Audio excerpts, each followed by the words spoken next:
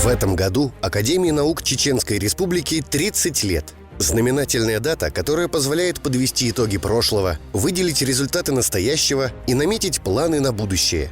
Это большая работа по научной и исследовательской деятельности практически во всех направлениях жизни общества. Впервые Академия наук на страницах нашей истории появилась в 1992 году. В начале 90-х в нашей стране произошли события, которые привели к глобальному кризису в системе власти, вплоть до ее смены, и которые, в свою очередь, коснулись таких сфер человеческой деятельности, начиная от экономики страны и заканчивая наукой. В стране начались реформы. Переход от плановой экономики на рыночную, с последовавшим вслед за этим дефицитом финансирования, привели к существенному сокращению научного потенциала страны. Начался массовый исход из России научных кадров. Многие научно-исследовательские институты России, в том числе Чеченской Республики, остались без своих ученых. В сложившейся ситуации необходимо было сохранить имеющийся на тот момент потенциал и сплотить оставшиеся научные силы воедино. В Чеченской Республике эта задача была возложена на Академию наук, первым руководителем которой стал академик Хамзат Ибрагимов. В первоначальный состав Академии вошли такие известные в республике и за ее пределами ученые, как Султан Айсханов, Джабраил Гакаев, Мухтар Магомадов, Вахид Межидов, Каты Чокаев, Вахид Акаев, Анатолий Галушко и многие другие яркие исследователи. Создание Академии наук Чеченской Республики явилось исторически важным событием в жизни не только нашего региона, но и всего Северного Кавказа в целом. Академия наук была призвана стать и стала координирующим и направляющим научным центром по реализации фундаментальных и приоритетных прикладных исследований.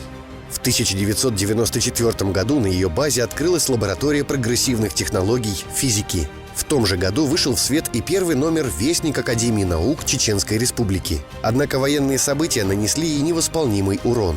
В 1995 году было полностью уничтожено ее здание. Сгорели архивные материалы, библиотека, большинство рабочих документов. Выделяемых средств хватало лишь на поддержание аппарата управления Академией. Ее работникам приходилось ютиться в разных помещениях. Так, в 1995 году им пришлось разместиться в здании промавтоматики, а через 2 года переехать в учреждение геофизических исследований. Свою работу ее коллектив начинал практически с нуля. С началом второй военной кампании частично восстановленная Академия вновь была превращена в руины. История ее возрождения и становления неразрывно связана с именем выдающейся личности в судьбе чеченского народа, первым президентом Чеченской Республики, героем России Ахматом Хаджи Кадыровым.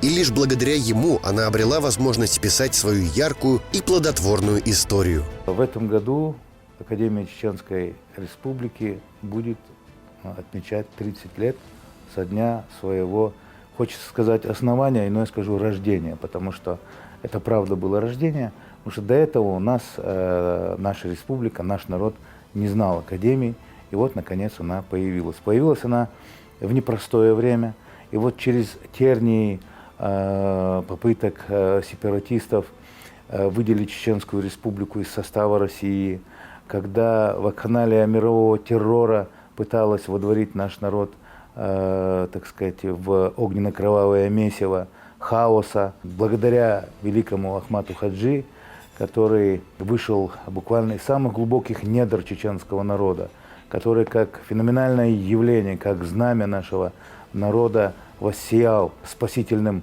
светом над Чеченской Республикой, он придал громаднейшее значение знанию. Сразу после своего назначения главой Временной администрации региона распоряжением от 10 мая 2000 года Ахмат Хаджи Кадыров принял решение о восстановлении Академии наук как государственного научного учреждения. Сегодня это успешный и научный координационный центр Чеченской Республики. Академия наук наладила сотрудничество с ведущими научными центрами России и стран СНГ. Кроме того, региональная академия является учредителем сразу 3 научных изданий. Это научно-аналитический журнал «Вестник Академии наук Чеченской Республики», единственный научно-образовательный журнал «Таллам» на чеченском языке, научно-технический журнал «Грозненский естественно-научный журнал «Бюллетень». Также сегодня в структуру Академии наук входят 3 института: Центр проблем материаловедения, Институт гуманитарных исследований и Институт природных ресурсов. За последние годы изданы сотни научных трудов Академии. Это 10 томов серии «Духовное наследие народов Чеченской Республики», 8 томов чеченского фольклора, 2 тома 4-томной истории Чечни, 1 том 3-томной грамматики чеченского языка, 12 томов по современным проблемам геологии, геофизики и геоэкологии Северного Кавказа и сборник научных трудов. Академия наук Чеченской Республики также эффективно выполняет задания правительственной комиссии по вопросам истории чеченского народа, а также поиска документированных сведений о роли чеченского общества и его наиболее ярких представителей в историческом процессе. Важное внимание развитию науки отводит и нынешнее руководство региона во главе с Рамзаном Кадыровым. Благодаря его поддержке в республике созданы все необходимые условия для развития просвещения и работы Академии наук Чеченской Республики, которую сегодня возглавляет Умаров Джамбулат Вахитович.